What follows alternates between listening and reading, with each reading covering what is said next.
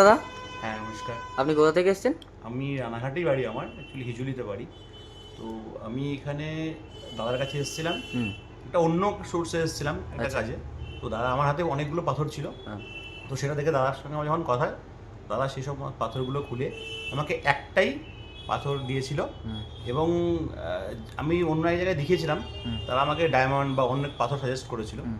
তো দাদা আমাকে বলেছিল, না তোমার ওটা নেওয়ার কোনো দরকার নেই, হুম।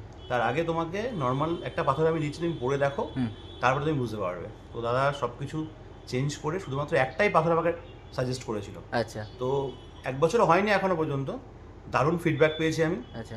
একটা অনেক বড় একটা প্রবলেমের মধ্যে আমি ফেসেছিলাম, আচ্ছা। মানে বলতে গেলে একটা বড় একটা কালো মেঘ আর কি মাথার উপরে আটকে ছিল। হুম। তো যাই হোক, সেখান থেকে পুরো নিস্তার পেয়ে গেছি আমি। আচ্ছা।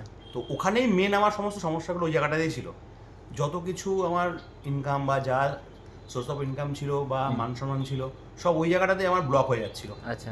তো যাই হোক, দাদার কাছে আসার পর থেকে সেই জায়গাটা টোটালটাই পুরোপুরি একদম ক্লিয়ার হয়ে গেছে। আচ্ছা। প্রবলেম টোটালটাই মানে কি বলবো 100% সলভ হয়ে গেছে এবং খুব ভালো রেজাল্ট পেয়েছি, আচ্ছা। দারুণ ফিডব্যাক পেয়েছি। আমি সবাইকে সাজেস্ট করবো অন্তপক্ষে দাদার সাথে একবার যে কনসাল্ট করো তোমরা যে কোনো আচ্ছা, বিষয়। ঠিক আছে। নমস্কার দাদা, আবার আসবেন, হ্যাঁ?